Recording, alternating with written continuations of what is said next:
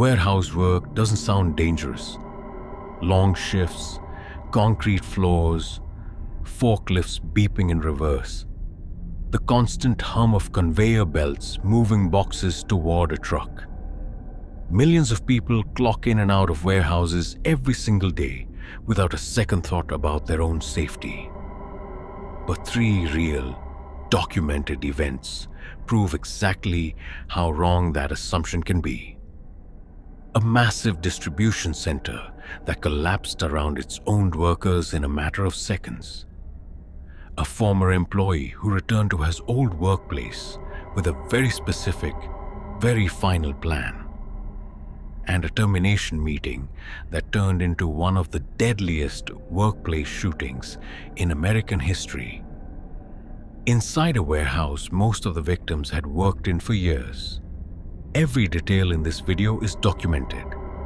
Federal investigations, court records, and first-hand accounts from survivors and family members who lived through it. Let's get into it. Story 1. 6 minutes of warning. Edwardsville, Illinois sits just across the river from St. Louis. And in December of 2021, it was home to one of Amazon's massive delivery stations. A 1.1 million square foot facility known internally as DLI-4, built with towering 40-foot concrete walls and a football field's worth of floor space dedicated entirely to sorting and loading packages for last-mile delivery. December 10th, 2021 was the peak of the holiday shipping season, and the National Weather Service had been tracking dangerous storm conditions across the region for days. By that afternoon, meteorologists had upgraded the risk level to the second highest category possible, warning specifically of strong, long-track tornadoes moving through the Mississippi and Ohio River valleys that evening. At 8:06 p.m.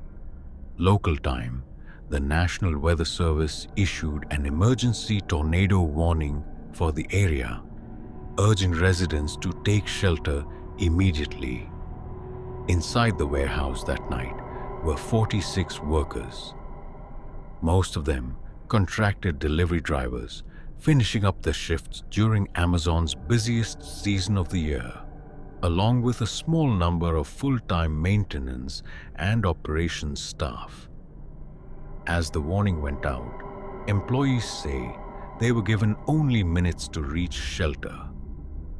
Team leaders reportedly used bullhorns and radios to direct workers toward what had been designated as the building's safe area, located on the north side of the facility. At approximately 8:28 p.m., an EF3 tornado with wind speeds later estimated between 150 and 165 miles per hour struck the facility directly. The building's massive concrete walls, 40 feet tall, 11 inches thick, reinforced to what officials described at the time as proper building code, collapsed inward on both sides of the structure. The roof caved in entirely. Survivors described a section of wall roughly the length of a football field, simply folding inward on top of the space beneath it. 6 people died in the collapse. According to first responders, several of the victims had been sheltering together in a bathroom on the south side of the building when a wall came down directly on top of them, a location that investigators later determined sat outside the building's officially designated safe zone. Of the 46 people in the building that night, 39 had been working on the north side, near the area that had been marked as a safe space, while only 7 were on the south side where the fatalities occurred. A subsequent investigation raised serious concerns about whether the location of that safe area had been clearly and consistently communicated to every worker in the building. particularly the large number of contracted drivers who didn't work there full-time and may not have known the layout, as well as permanent staff. The victims ranged in age from their 20s to their 60s. Among them was Kevin Dickey, 62, a dispatcher described by his family as a devoted grandfather who had a close bond with many of his co-workers. Another victim, Etheria Hebb, 34, was one of the drivers caught in the building when the warning came through. In the frantic hours after the collapse, rescue crews worked through the night and into the following days, pulling survivors from the wreckage of collapsed concrete and twisted steel, while families gathered at a nearby reunification center waiting for news. What made the aftermath especially painful for many of the victims' families was the response from the top of the company.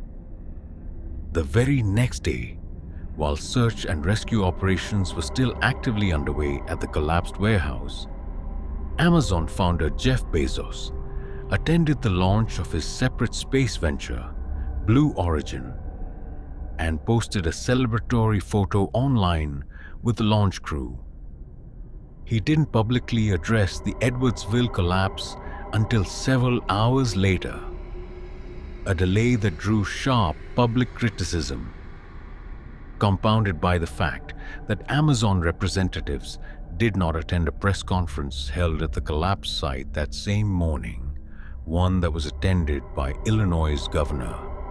The disaster triggered a formal OSHA investigation and prompted the Illinois legislature to create a dedicated warehouse safety standards task force, tasked with examining exactly what had gone wrong and what needed to change.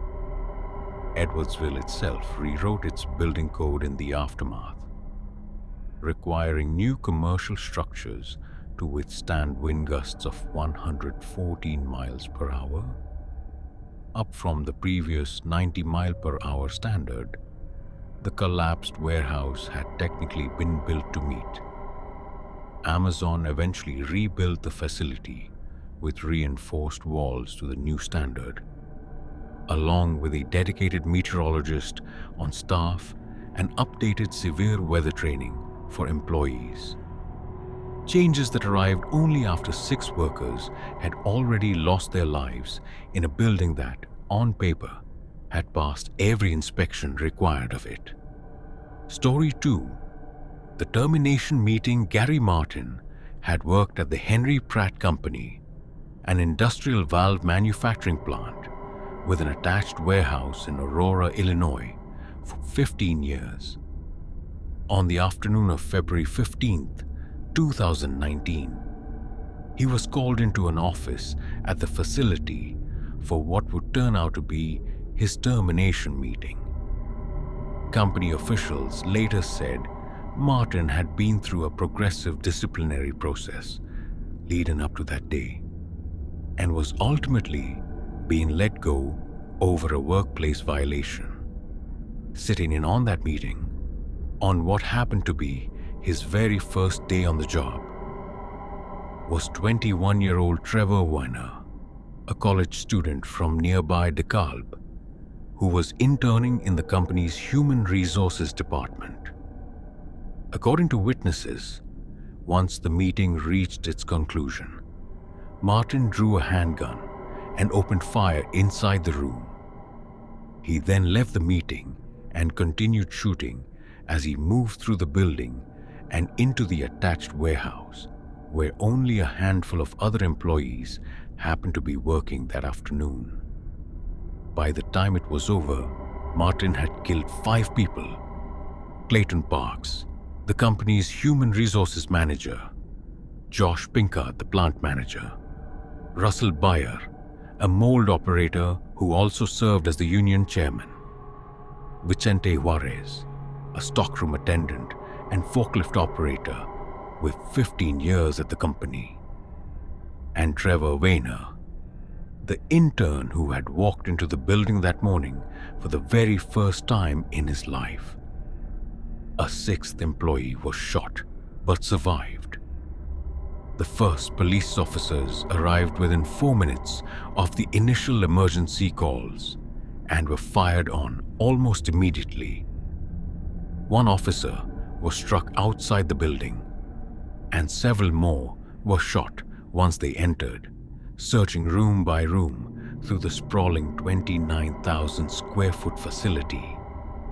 In total, 5 responding police officers were wounded during the search. Officers used an armored vehicle to help breach parts of the building as the search for Martin continued, room by room, machine shop by machine shop, for roughly 90 minutes. He was eventually found hiding in a rear machine shop, where he opened fire on the officers who located him. He was killed in the exchange of gunfire that followed. In the days after the shooting, deeply troubling details emerged about how Martin had ever been able to legally possess the weapon in the first place. He had a prior felony conviction from Mississippi that legally barred him from owning a firearm in Illinois. Despite that, he had been mistakenly issued a state firearm owner's identification card in 2014 and used it to legally purchase the handgun from a licensed dealer that same year. When he separately applied for a concealed carry permit weeks later, a more thorough fingerprint-based background check finally caught the felony conviction. Illinois State Police rejected his concealed carry application, revoked his firearm card, and formally ordered him to surrender the weapon he'd already purchased. He simply never did, and no follow-up appears to have occurred to actually confiscate it, leaving him in illegal possession of the exact gun he would use nearly 5 years later. It also emerged afterward that a co-worker had specific advance warning.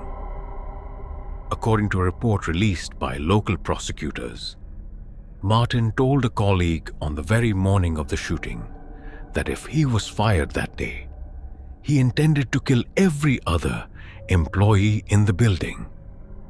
The co-worker knew Martin regularly carried a firearm in his vehicle, but chose not to report the comment to management, later explaining that Martin frequently made similarly alarming off-the-wall remarks that had never amounted to anything before. The Henry Pratt shooting remains one of the deadliest workplace attacks in Illinois history, and it permanently reshaped how the state and the company itself approached both gun law enforcement and internal reporting of employee threats. Reforms that, for 5 families in Aurora, arrived only after the exact warning signs those reforms were meant to catch had already gone unreported on an ordinary Friday afternoon. Inside a warehouse most of the victims had worked in for years. Story 3. The parking lot. On the night of April 15, 2021, a FedEx ground distribution facility on the southwest side of Indianapolis was in the middle of a routine shift change. Around 100 employees were inside the building, many either finishing one shift, starting another, or on a break.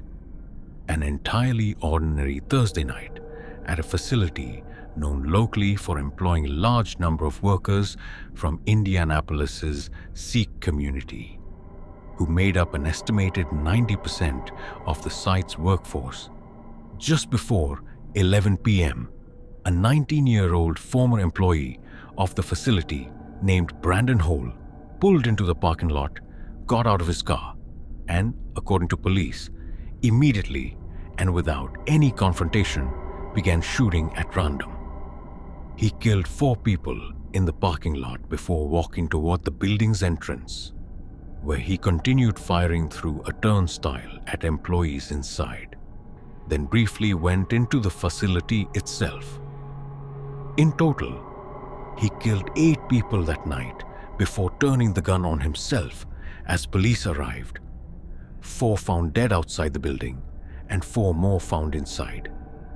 The victims ranged in age from just 19 to 74 years old. Matthew Alexander, Samaria Blackwell, Amarjeet Johal, Jaswinder Kaur, Amarjeet Sekun, Jaswinder Singh, Kali Smith, and John Weissert. 4 of the 8 were members of the local Sikh community, a detail that led the Sikh Coalition, a national advocacy organization, to publicly call for authorities to investigate whether the attack had been motivated in part by bias, particularly after it emerged that the shooter had a documented history of browsing white supremacist websites. What made the case especially difficult for investigators and especially painful for the families waiting for word that night was a detail that came out afterward. The facility had a strict policy prohibiting employees from carrying personal cell phones on the warehouse floor, a rule intended to protect the security of packages moving through the facility. During the shooting, that same policy meant that workers sheltering inside had no way to call for help or reach loved ones outside, and families anxiously waiting for news had no way to reach them either throughout some of the most frightening minutes of their lives. Perhaps the most devastating detail to emerge in the investigation was that authorities had already been given a direct warning about the shooter more than a year before the attack. In March of 2020, Hole's own mother had contacted police, telling them she feared her son might attempt what sometimes referred to as suicide by cop. Acting on that warning, police placed him on an emergency mental health hold and seized a shotgun from his home at the time. The FBI later interviewed him directly as a result of items investigators observed in his bedroom during that same period. Despite all of that documented concern, Indiana's red flag law, specifically designed to prevent someone in his exact situation from legally purchasing firearms, was never fully invoked by local prosecutors. As a result, Hole was able to legally walk into a licensed gun store that same year and purchase the 2 rifles he would go on to use in the attack.